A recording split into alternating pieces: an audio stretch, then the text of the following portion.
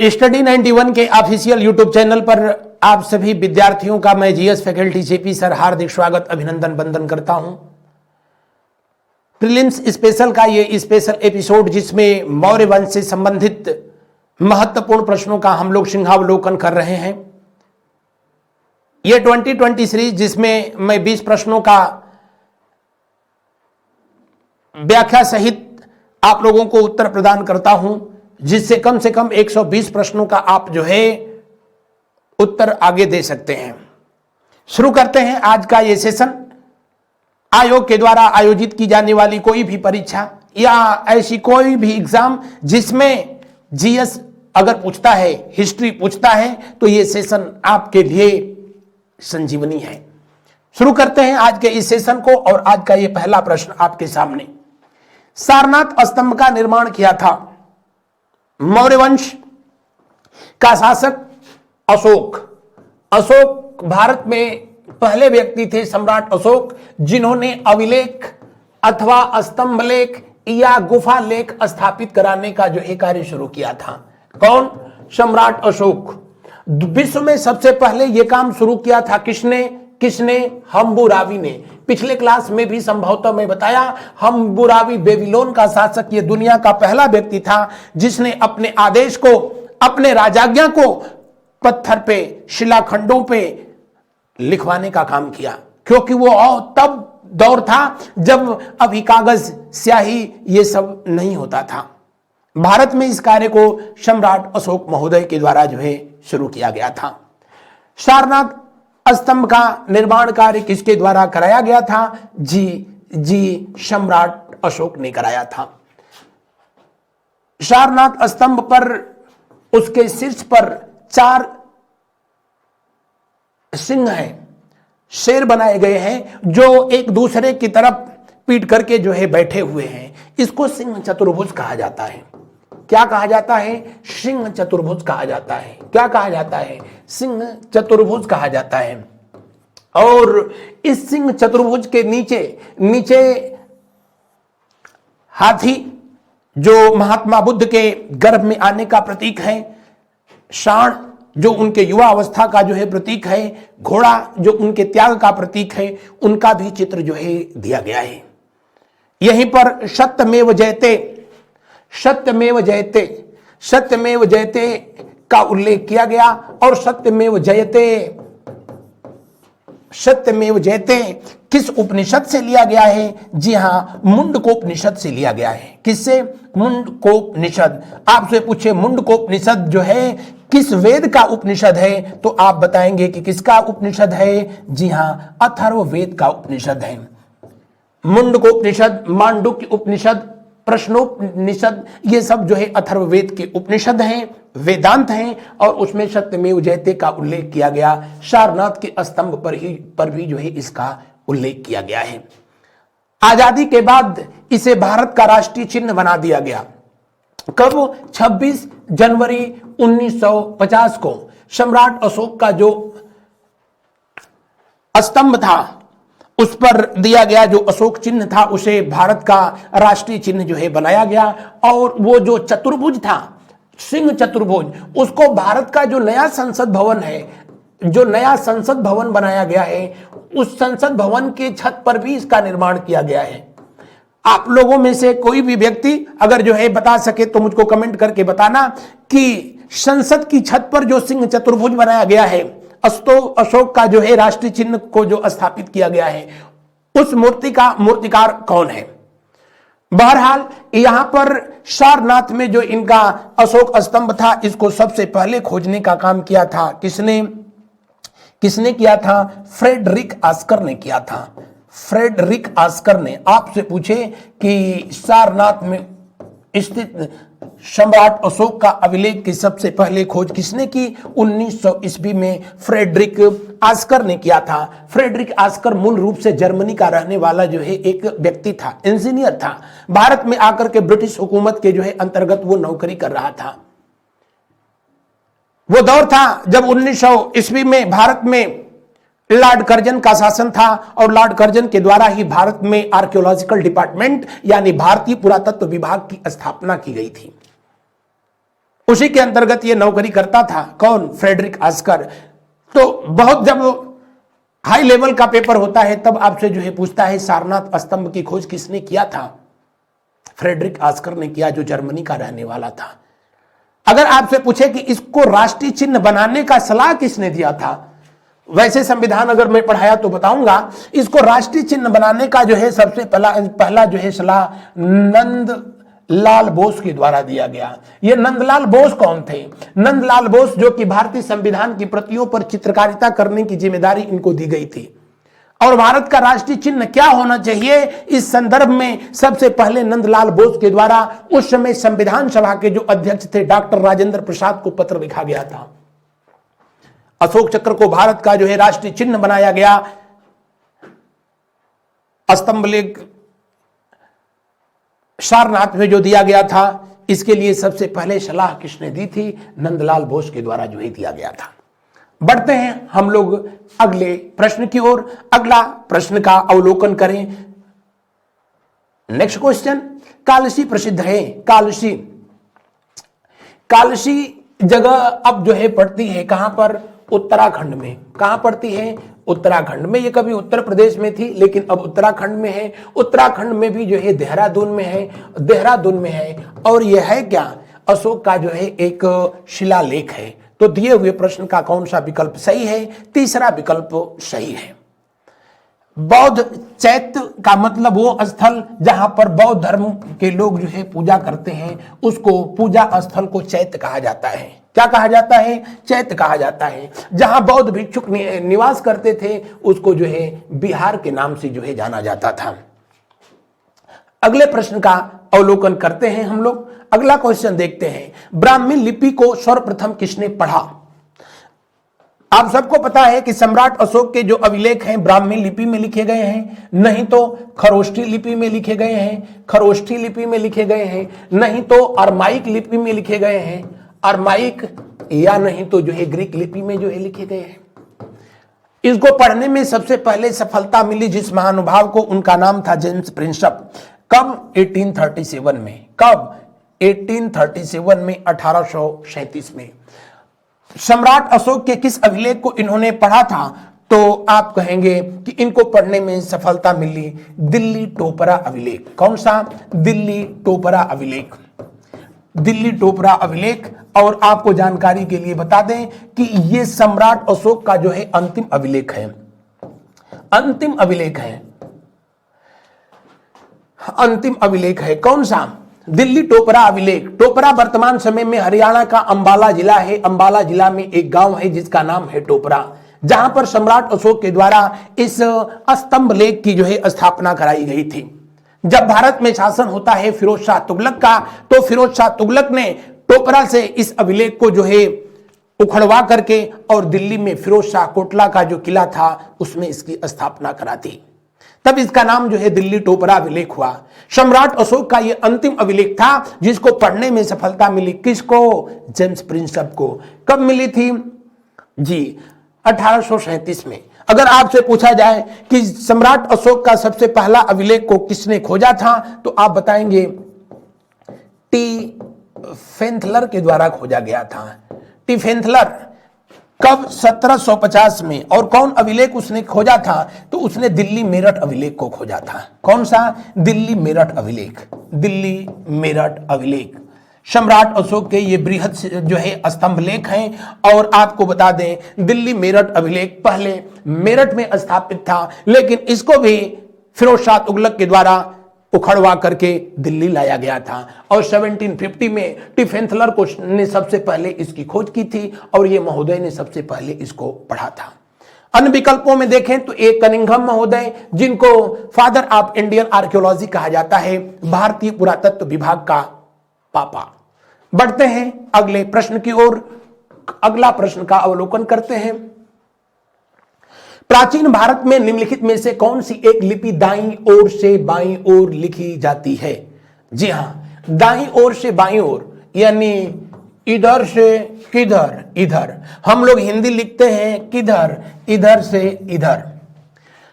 अंग्रेजी लिखते हैं लेफ्ट टू राइट, संस्कृत लिखते हैं लेफ्ट टू राइट। लेकिन खरोष्टी लिपि जिसमें उर्दू, अरबी, फारसी जो भाषाएं लिखी जाती है वो दाएं से बाएं की ओर लिखी जाती है। कौन सी लिपि? खरोष्टी लिपि। कौन सी? सम्राट अशोक का जो है शहबाजगढ़ी और मनसेहरा अभिलेख जो वर्तमान में दोनों पिचासपुरी में पाकिस्तान में स्थित है, ये दोनों खरोष्टी लिपि में लिखा गया है। कौन कौन सा? शहबाजगढ़ी, शहबाजगढ़ी, और दूसरा कौन सा? मनसेहरा, मनसेहरा। ये दोनों खरोष्टी लिपि में लिखे गए हैं। दिए हुए प्रश्न का कौन सा विकल्प सही होगा मेरे प्यारे शिष्यों? अंतिम विकल्प सही होगा। शारदा अभिलेख जो कि जम्मू कश्मीर में माता शारदा देवी मंदिर आज भी स्थित है, उन क्षेत्रों में जो लिपि जो है मध्यकाल में विकसित हुई उसी को शारदा लिपि जो है कहा जाता है। आपसे पूछ सकता है कि शारदा लिपि भारत के किस क्षेत्रों में अपने प्रभाव में रही थी, वो अलग बात है कि अब नहीं रही।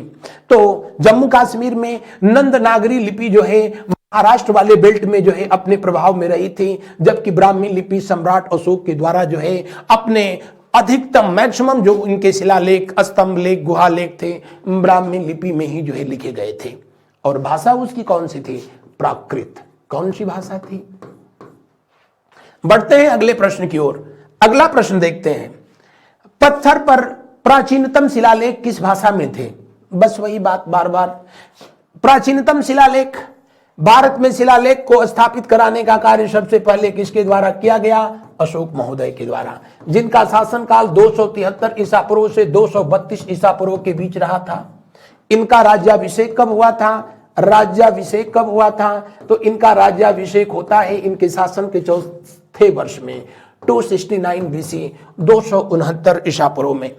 सम्राट अशोक के बारे में कहा जाता है कि इन्होंने अपने 99 भाइयों का ऑपरेशन करने के बाद बादशाह बने थे, सम्राट बने थे, इसीलिए तो महान थे।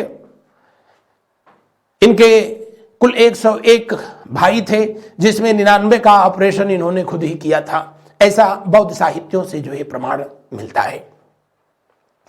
बढ़ते हैं हम लोग अगले प्रश्न की ओर। उससे पहले बता दें, प्राचीनतम शिलालेख किस भाषा में लिखे गए? प्राकृत भाषा में लिखे गए। अगर पूछता कि प्राचीनतम शिलालेख किस लिपि में लिखे गए तो आप कहते कि ब्राह्मी लिपि में लिखा गए थे। किस लिपि में लिखे गए? ब्राह्मी लिपि में लिखे गए। बढ़ते हैं हम लोग अगले प्रश्न की ओर। अगला प्रश्न का अवलोकन करेंगे। निम्नलिखित में से किस स्रोत में अशोक के राज्यकाल में तृतीय बौद्ध समिति के होने का उल्लेख मिलता है? तृतीय बौद्ध समिति ये कब हुई थी, कहां पर हुई थी? अशोकाराम बिहार में हुई। कब, कहां पर? अशोकाराम बिहार। मैं पहले भी इस पर जो है चर्चा किया था। अशोकाराम बिहार, क्षमा चाहूंगा, अशोकाराम विहार कहां पर हुई थी? पाटलिपुत्र में हुई थी। कहां पर? पाटलिपुत्र, जिसको कि हम लोग पटना कहते हैं। पाटलिपुत्र का नाम पटना जो है शेरशाह सूरी ने किया था। हालांकि पाटलिपुत्र की स्थापना जो है हर्यक वंश के शासक उदयन के द्वारा किया गया था। वहीं पर ये बौद्ध संगति होती है, जिसके अध्यक्ष कौन थे? कौन थे इसके अध्यक्ष? जो है मोगालीपुत्र तिस्य। कौन थे? मोगालीपुत्र तिस्य इसके जो है अध्यक्ष रहे थे।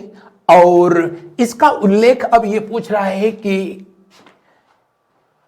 किस पुस्तक में किया गया। उससे पहले बता दें कि बौद्ध धर्म का जो अंतिम त्रिपिटक था जिसका नाम है अभिधम्म त्रिपिटक। कौन सा? अभिधम्म, अभिधम्म त्रिपिटक।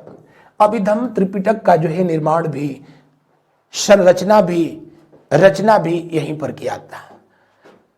बौद्ध धर्म के जो त्रिपिटक हैं अभिधम्म, विनय और सूक्त, इनकी रचना किसके द्वारा किया गया था? इस प्रश्न का आप जवाब जो है कमेंट बॉक्स में जरूर लिखना, मेरा बेसब्री से इंतजार रहेगा। सम्राट अशोक के बौद्ध संगति का कहीं भी शिलालेखों में कहीं जो है उल्लेख हुआ ही नहीं है। तो पहला विकल्प जहां जहां जो है दिया है वो तो ऐसे ही गलत हो गए। तो या तो ये सही होगा, नहीं तो ये सही होगा। दिव्यावदान ना, इसमें भी उल्लेख नहीं हुआ है, तो ये भी गलत हुआ। तो सही हुआ है कौन सा? दूसरा विकल्प जो है सही हुआ है। दूसरे विकल्प में यानी दीपवंश और महावंश में तीसरे बौद्ध संगति का जो है आयोजन हुआ। दिव्यावदान में जो है इसका कहीं भी उल्लेख नहीं किया गया है। बढ़ते हैं अगले प्रश्न की ओर। निम्नलिखित में से किस अभिलेख में चंद्रगुप्त और अशोक दोनों का उल्लेख किया गया है? मौर्य वंश जिसका भारत में शासनकाल कब कितने वर्षों का था? लगभग 137 वर्ष। कहां से कहां तक? तो 322 ईसा पूर्व से लेकर के 185 ईसा पूर्व तक था। 185 ईसा पूर्व, लगभग 137 वर्षों का जो है इनका कार्यकाल था। 10 शासकों ने जो है कुल शासन किया था, लेकिन उसमें जो प्रमुख थे वो चंद्रगुप्त मौर्य, बिंदुसार, सम्राट अशोक, और उसके बाद जो है कुणाल ने जिम्मेदारी संभाली। वो अलग बात थी कि मौर्य वंश के अगले जो प्रमुख शासक हुए थे वो सम्राट दशरथ हुए थे। उसके बाद धीरे धीरे मौर्य वंश अपने पतन की ओर जो है अग्रसर हुआ। वृद्धरथ इस वंश का अंतिम राजा था, जिसकी हत्या उसी के सेनापति पुष्यमित्र शुंग के द्वारा कर दी गई और इस तरह मौर्य वंश को समाप्त कर दिया गया। किसके द्वारा? पुष्यमित्र शुंग के द्वारा। और भारत पर पहला ब्राह्मण वंश शुंग वंश की स्थापना किया गया। तो मौर्य वंश के बाद ठीक कौन सा वंश आया भारत में? शुंग वंश। मौर्य वंश से पहले कौन सा था? तो आप कहेंगे कि नंद वंश। कौन सा? नंद वंश। बढ़ते हैं अगले प्रश्न की ओर। उससे पहले बता दें कि इसका जो है सही उत्तर जो है कौन सा होगा, इसको बताने की जरूरत नहीं है। जी हां, रुद्रदामन जो कि शक वंश का जो है राजा था और इसने जो जूनागढ़ अभिलेख संस्कृत भाषा में जो है स्थापना कराई 150 ईस्वी में। संस्कृत भाषा में चंपू शैली में लिखा गया ये पहला अभिलेख था जिसमें सम्राट अशोक का नाम दिया, जिसने चंद्रगुप्त मौर्य का नाम जो है दिया गया है, जिसमें गुप्त वंश के शासक स्कंद गुप्त का नाम दिया गया है, जिसमें शक वंश के शासक रुद्रदामन का नाम दिया गया है। यह कहां पर स्थित है? वर्तमान समय में सौराष्ट्र में जूनागढ़ की पहाड़ी पर स्थित है। बढ़ते हैं अगले प्रश्न की ओर। उससे पहले गौतमी पुत्र सातकर्णी का नासिक अभिलेख। गौतमी पुत्र सातकर्णी ये किस वंश का शासक था? सातवाहन वंश का शासक था। आंध्र सातवाहन वंश का शासक था। और नासिक अभिलेख कौन सा? नासिक अभिलेख। नासिक आज भी महाराष्ट्र में स्थित है। नासिक अभिलेख इन्हीं के जो है किसके? सातवाहन वंश से संबंधित है, गौतमी पुत्र सातकर्णी से संबंधित है। अगले प्रश्न का जो है हम लोग अवलोकन करेंगे। मेगास्थनीज ने भारतीय समाज को कितने श्रेणियों में विभाजित किया? मेगास्थनीज जिसको फादर ऑफ इंडियन हिस्ट्री कहा जाता है, भारतीय इतिहास का पिता कहा जाता है। किसको? मेगास्थनीज को। मेगास्थनीज किस देश का रहने वाला था? यूनान का रहने वाला था। और मेगास्थनीज सबसे पहले किसके दरबार में आया? तो चंद्रगुप्त मौर्य के दरबार में आया था। चंद्रगुप्त मौर्य के दरबार में किसके द्वारा भेजा गया था? सेल्यूकस निकेटर के द्वारा। सेल्यूकस निकेटर के द्वारा जो है भेजा गया। सेल्यूकस निकेटर जो कि सिकंदर का सेनापति था और जिसको 305 ईसा पूर्व में चंद्रगुप्त मौर्य ने सिंधु नदी के तट पर पराजित किया था। मेगास्थनीज भारत में आया और भारत के संदर्भ में जो इन्होंने किताब लिखी उस किताब का नाम है क्या? इंडिका। कौन सा क्या नाम है? इंडिका नाम है। इंडिका नाम है। और हालांकि वर्तमान समय में इंडिका उपलब्ध नहीं है। इसमें इन्होंने भारतीय समाज को कुल कितने भागों में बांटा था? 7 भागों का जो है इन्होंने उल्लेख किया था, जबकि बहुत पहले ही भारतीय समाज के 4 भाग वैदिक काल में ही जो है बता दिए गए थे और वो थे ब्राह्मण, वैश्य, शूद्र और क्षत्रिय। तो भारतीय समाज की कितनी श्रेणियां थी? हकीकत में 4, लेकिन इन्होंने कितना बताया है? 7। किसने? मेगास्थनीज ने। मेगास्थनीज ने सबसे अधिक जो है अपने इंडिका में किस शहर का वर्णन किया है? पाटलिपुत्र का किया है। किसका? पाटलिपुत्र, जो गंगा और सोन नदियों के संगम पर स्थित शहर है, जिसकी स्थापना उदयन के द्वारा कराया गया था। उदयन हर्यक वंश का राजा था। और इसका नामकरण पटना कर दिया गया। किसके द्वारा? शेरशाह सूरी के द्वारा पटना किया गया। आज भी इसी नाम से जाना जाता है। पाटलिपुत्र को पहले जो है कुसुमपुर के नाम से जाना जाता था। किस नाम से? कुसुमपुर के नाम से जाना जाता था। बढ़ते हैं अगले प्रश्न की ओर। निम्नलिखित में से किस स्रोत से उल्लेखित है कि प्राचीन भारत में थी? अर्थशास्त्र, मुद्रा, राक्षस, मेगास्थनीज की, इंडिका या जो है वायु पुराण? प्राचीन भारत में थी। पुराण जितने भी हैं, आपको जानकारी के लिए बता दें कि वर्तमान जो अपने उपस्थिति में, वर्तमान अस्तित्व में गुप्त काल में जो है आए थे, लेकिन इनका अस्तित्व जो है पहले ही रहा था। अर्थशास्त्र जिसको मेगास्थनीज ने लिखा था, विशाख दत्त के द्वारा मुद्रा राक्षस की जो है रचना की गई थी, जिसमें मौर्य वंश की जो है जानकारी दी गई है। मेगास्थनीज ने जो है इंडिका लिखा था। पुराण जो है सबसे पहले जो है अपने अस्तित्व में रहे थे, लिखे गए थे जो है गुप्त काल में। लेकिन क्या आयोग ने डी विकल्प को जो है सही माना है? पुराणों का अस्तित्व जो है भारत में पहले से ही था, अपने मूल रूप में आए थे गुप्त काल में, अलग बात है। और कुल कितने पुराणों का जो है उल्लेख किया गया? कितने? 18 पुराण जो है लिखे गए हैं। कितने? 18 पुराण जो है लिखे गए हैं। कितने उपनिषद हैं? 108 उपनिषद हैं। कितने वेद हैं? 4। कितने उपवेद हैं? उनकी भी संख्या कितनी है? 4। अगला प्रश्न देखिए। सार्थवाह किसे कहते थे? दलालों को, व्यापारियों के काफिले को, महाजनों को, तीर्थयात्रियों को? ये सब मौर्य काल की बात यहां हो रही है। मौर्य काल में मौर्य साम्राज्य में व्यापारियों के काफिले को किस नाम से जाना जाता था? सार्थवाह के नाम से जाना जाता था। एक स्थान से दूसरे स्थान तक व्यापार के लिए जब व्यापारी जाया करते थे, मौर्य काल में ही वस्तु विनिमय प्रणाली के स्थान पर पूर्ण रूपेण जो है सिक्कों का इस्तेमाल किया जाने लगा था। मौर्य काल में जो स्वर्ण सिक्के होते थे, कौन से? स्वर्ण यानी सोने के, उसको निष्क कहा जाता था। क्या कहा जाता था? निष्क के नाम से। सुवर्ण के नाम से भी जाने जाते थे। किस नाम से? सुवर्ण के नाम से जाने जाते थे। जो चांदी के सिक्के थे, सिल्वर कॉइन जो थे, वो किस नाम से जाने जाते थे? वो पण के नाम से जाने जाते थे। कसारपण के नाम से जाने जाते थे। किस नाम से? कसारपण के नाम से जाने जाते थे। कसारपण के नाम से जाने जाते थे।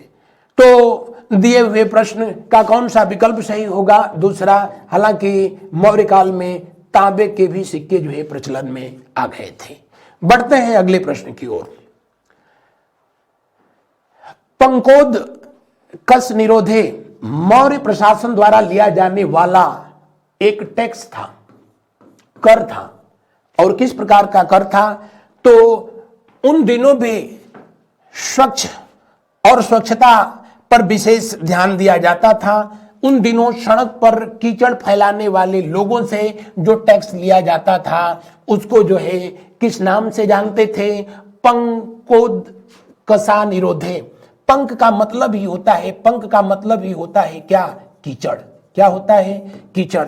आज भी स्वच्छ भारत अभियान प्रधानमंत्री मोदी महोदय के द्वारा जो है शुरू किया गया। उसका लोगो भी महात्मा गांधी का चश्मा है, जिसके एक तरफ लिखा है स्वच्छ और दूसरे तरफ लिखा है क्या? भारत।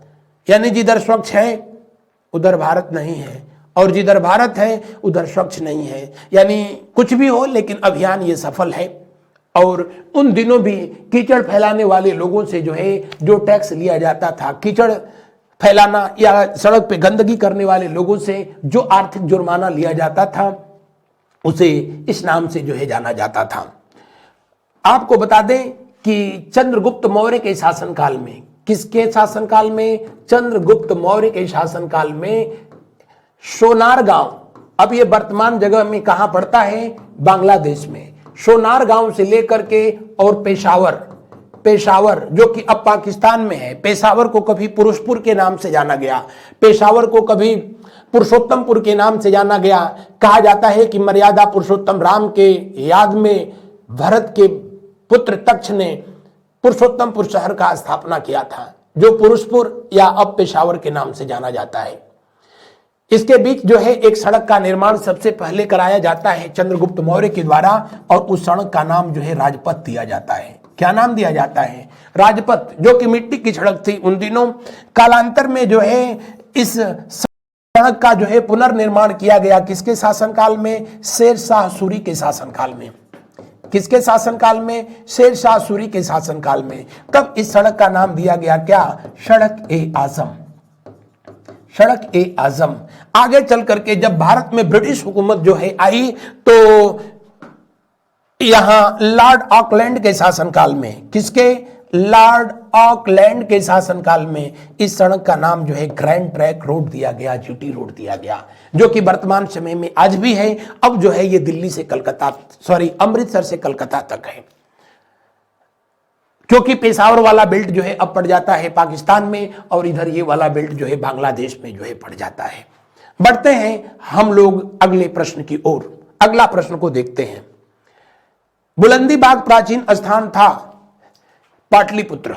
जी हां, अगर पूछे कि पाटलिपुत्र का प्राचीन नाम क्या था? बुलंदी बाग था। और भी जो है इसका प्राचीन नाम था क्या? कुसुमपुर नाम था। पाटलिपुत्र की स्थापना किसने किया था? उदयभद्र के द्वारा किया गया। उदयभद्र या कौन?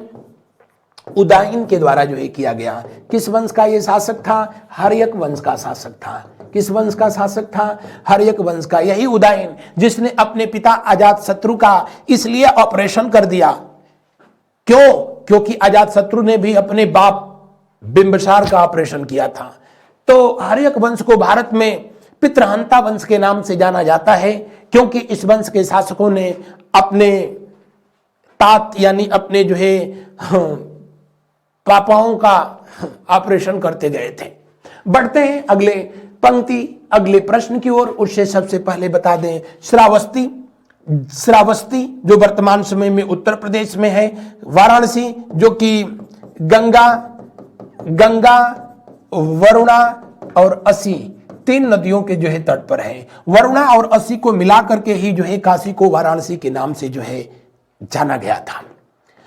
बढ़ते हैं अगले प्रश्न की ओर। अगला प्रश्न जो है देखते हैं,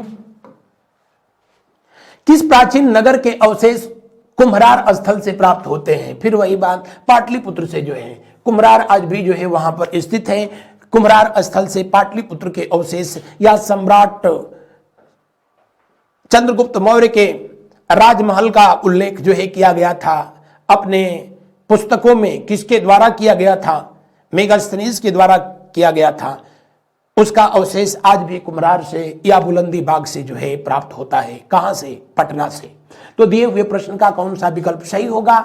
जी, दूसरा विकल्प सही होगा।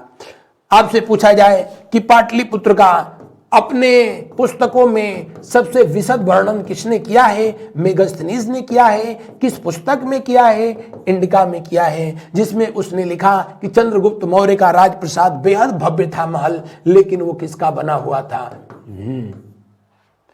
अगला प्रश्न को जो देखते हैं, अन्य विकल्पों पर विचार करें तो वैशाली जो कि वज्जी महाजनपद की जो है राजधानी थी, और वैशाली में विश्व का पहला जो है गणतंत्र स्थापित किया गया था। विश्व का पहला गणतंत्र कहां स्थापित किया गया था? वैशाली में। किसके द्वारा? लिच्छवियों के द्वारा जो है स्थापित किया गया था। श्रावस्ती और कपिलवस्तु बताने की जरूरत नहीं, पहले भी जो है उस पर चर्चा किया, जो कि इस समय कहां पर है? सिद्धार्थनगर उत्तर प्रदेश में। अगला प्रश्न को जो है देखते हैं हम लोग, मौर्यकालीन न्याय व्यवस्था में निम्न को नीचे दिए गए कूट के मध्य सुमेलित कीजिए। मौर्य वंश में न्यायालय थे, उनको किस नाम से उस समय किस नाम से जाना जाता था? तो आपको जानकारी के लिए बता दें कि जो धर्मस्थीय था, आज का दीवानी न्यायालय उस समय धर्मस्थीय के नाम से जाना जाता था, जबकि कंटक शोधन को जो है फौजदारी न्यायालय कहा जाता था। या कह लें कि आज का फौजदारी न्यायालय उन दिनों कंटक शोधक के नाम से जाना जाता था। फौजदारी न्यायालय जिसमें जो है क्रिमिनल केस जो है देखी जाती है, और दीवानी न्यायालय जिसमें जो है नॉन क्रिमिनल केस, संपत्ति से संबंधित जो मामला है वहां जो है ये दीवानी में देखी जाती है। और मारपीट, मर्डर जैसी जो है मामलात जो है फौजदारी में जो है देखे जाते हैं। आपको जानकारी के लिए बता दें कि मौर्य काल में दीवानी न्यायालय का जो मुख्य न्यायाधीश होता था उसको व्यावहारिक के नाम से जो है जाना जाता था। किस नाम से? व्यवहारिक के। प्रतिष्ठा क्या होता था? फौजदारी न्यायालय का मुख्य न्यायाधीश होता था, फौजदारी न्यायालय का न्यायाधीश होता था। तो दिए हुए प्रश्न के अनुसार ए का चौथा बस यही दिया है और कहीं नहीं दिया है, तो यही सही है। बढ़ते हैं अगले प्रश्न की ओर। अगला प्रश्न, रज्जुक थे। रज्जुक उन दिनों, किन दिनों? मौर्य काल में। किसके शासनकाल में? अशोक के शासनकाल में रज्जुक अधिकारी थे। कौन से अधिकारी? राजस्व अधिकारी थे। कौन से? राजस्व अधिकारी को रज्जुक कहा जाता था। और इनकी सहायता करने के लिए जो है यास्क नामक अधिकारियों की जो है नियुक्ति की गई थी। अशोक के द्वारा इनका वर्णन किस अभिलेख में जो है किया जाता है? कौन से अभिलेख में रज्जुक अधिकारियों का वर्णन किया जाता है? जी हां, अगर आपसे पूछे तो ये आप कहेंगे तीसरा अभिलेख में। तीसरा अभिलेख में इन रज्जुक अधिकारियों को जो है राजस्व इकट्ठा करने के साथ साथ जो है इनको न्यायिक अधिकार भी जो है दिए गए थे और इनको जो है इनका कार्य बताया गया कि आप भ्रमण करें। कहां पर? जिलों में, जनपदों में, और लोगों के अंदर, लोगों के बीच जो है धार्मिक महत्व की विषय वस्तु का जो है अधिक से अधिक प्रचार करें। तो मौर्य प्रशासन में रज्जु क्या थे? तो एक अधिकारी थे। कौन से अधिकारी? राजस्व अधिकारी। किस अभिलेख में उल्लेख होता है? तीसरा अभिलेख में उल्लेख होता है। बढ़ते हैं अगले प्रश्न की ओर। निम्न को कूट के माध्यम से सुमेलित कीजिए। आपको जानकारी के लिए बता दें कि अर्थशास्त्र सिर्फ नाम अर्थशास्त्र है, अर्थ से इसका कोई लेना देना नहीं, ये राजनीति से संबंधित है। और इसमें कुल 18 तीर्थ का उल्लेख हुआ है। ध्यान रखेंगे, तीर्थ का मतलब यहां तीर्थ नहीं है। 18 तीर्थ का मतलब जो है 18 प्रकार के जो है क्या? आमात्य का। और अच्छा से जो बता दूं तो जो है मंत्री, 18 प्रकार के मंत्रियों का उल्लेख किया गया है। और 26 प्रकार के जो है विभागाध्यक्ष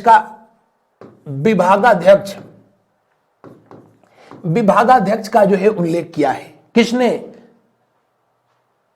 कौटिल्य ने। किस पुस्तक में? अर्थशास्त्र में। और उन अध्यक्षों के बारे में जो है ये सारी बातें जो है लिखी गई है।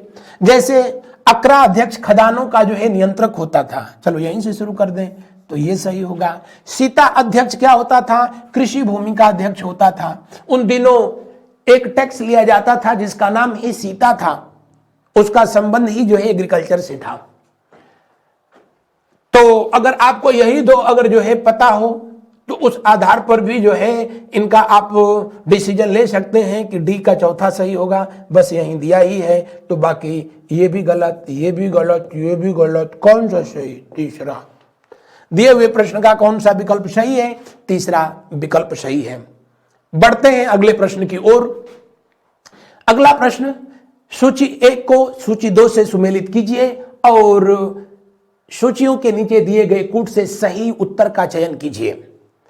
चंद्रगुप्त मौर्य जो मौर्य वंश के संस्थापक थे, इनके लिए आपसे पूछा जा रहा है कि किस नाम का उल्लेख हुआ है। अभी मैंने बताया पीछे आपसे, सेंड्रोकोट्स नाम जो है इनके लिए किसने दिया था। अगर जो है आपसे ये पूछता है तो आप बताएंगे कि इस ट्रैबो ने दिया था। किसने? इस ट्रैबो ने इनके लिए सेंड्रोकोट्स शब्द का जो है इस्तेमाल किया। और किसने जो है इस्तेमाल किया था? जस्टिन ने किया था। किसने? जस्टिन ने। उस समय के ये इतिहासकार थे। इनके लिए सेंड्रोकोप्टस शब्द, कौन सा? सेंड्रोकोप्टस शब्द का प्रयोग किया था। किसने? तो आप कहेंगे कि ये काम किया था किसने? निर्याकस ने। एंड्रोकोट्स शब्द का इनके लिए प्रयोग किया गया। कौन सा? एंड्रोकोट्स। एंड्रोकोट्स। और इसका जो है प्रयोग सबसे पहले किया था किसने? तो आप कहेंगे कि एपियानस ने। तो ये सारे नाम जो है किसके लिए इस्तेमाल हुए हैं? चंद्रगुप्त मौर्य के लिए। अलग अलग जो है यूनान के इतिहासकारों ने इनको अलग अलग नामों से संबोधित किया, लेकिन ये सारे नाम चंद्रगुप्त मौर्य के लिए आए। इस बात को किसने बताया था? तो विलियम जोन्स के द्वारा बताया गया। वही विलियम जोन्स कौन? जिसने एशियाटिक सोसाइटी की स्थापना कलकत्ता में किया था। चंद्रगुप्त के लिए सेंड्रोकोट शब्द आया है, बिंदुसार के लिए अमित्रघात शब्द जो है आया है, अशोक के लिए पियदस्सी आया है, चाणक्य के लिए विष्णुगुप्त आया है। तो डी का चौथा तो ये और ये तो ऐसे ही हट जाएंगे। उसके अलावा अशोक यानी सी का पहला यहां नहीं है, तो ये भी गलत हो गया। सी का पहला यहां दिया है, यानी कौन सा विकल्प सही होगा? सी विकल्प जो है सही होगा। कौन सा? सी विकल्प सही होगा। प्राचीन भारत के निम्नलिखित ग्रंथों में से किसमें पति द्वारा परित्यक्त पत्नी के लिए विवाह विच्छेद की अनुमति दी गई है? उन दिनों ये बहुत बड़ी बात जो है हुआ करती थी। जो मनुस्मृति लिखी गई है, कौन सी? मनुस्मृति, जिसे भारतीय हिंदू धर्म का संविधान भी जो है कहा गया, विधि शास्त्र जो है कहा गया। इसमें ऐसी पत्नियों को विवाह करने की अनुमति नहीं दी गई जिनका उनके पति के द्वारा परित्याग कर दिया गया। मनुस्मृति कितनी अच्छी थी, कितनी अच्छी नहीं थी, मैं इस पर कोई टीका टिप्पणी नहीं करना चाहूंगा, लेकिन अपनी पत्नी का परित्याग करने वाला पुरुष, उसको शादी करने की अनुमति थी, उसको कोई दिक्कत नहीं, उसका पूरा भारत स्वतंत्र था। 1 2 3 4 जितनी शादियां चाहे कर सकता था, लेकिन पति द्वारा परित्यक्त जो है पत्नी जो थी उसको विवाह करने का अधिकार नहीं था। उसको विवाह का अधिकार सबसे पहले होना चाहिए, इस बात का उल्लेख करता है कौन? कौटिल्य। किस पुस्तक में? अर्थशास्त्र में। किस पुस्तक में? अर्थशास्त्र में। तो दिए हुए प्रश्न का कौन सा विकल्प सही होगा? अंतिम विकल्प सही होगा। अगला प्रश्न देखें। विदेशियों को भारतीय समाज में मनु द्वारा दिया गया सामाजिक स्तर था। आपको बता दें कि मनु जिनके द्वारा जो है मनुस्मृति और मनुस्मृति का जो है संकलन लेखन कब किया गया था? शुंग काल में किया गया था। और इनके द्वारा विदेशी व्यक्तियों को व्रात्य क्षत्रियों के नाम से जो है संबोधित किया गया है। किस नाम से संबोधित किया गया है? व्रात्य क्षत्रियों के नाम से संबोधित किया गया है, मतलब नीच क्षत्रिय। तो दिए हुए प्रश्न का कौन सा विकल्प सही होगा?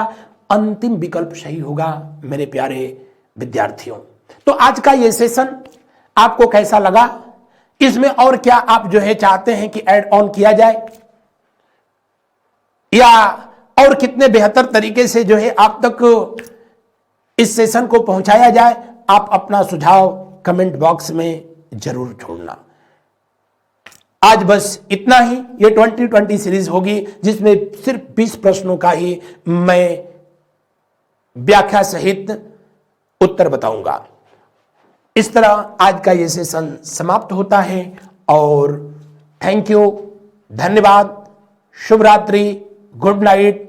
फिर मिलते हैं कब? अगले दिन रात 8 बजे।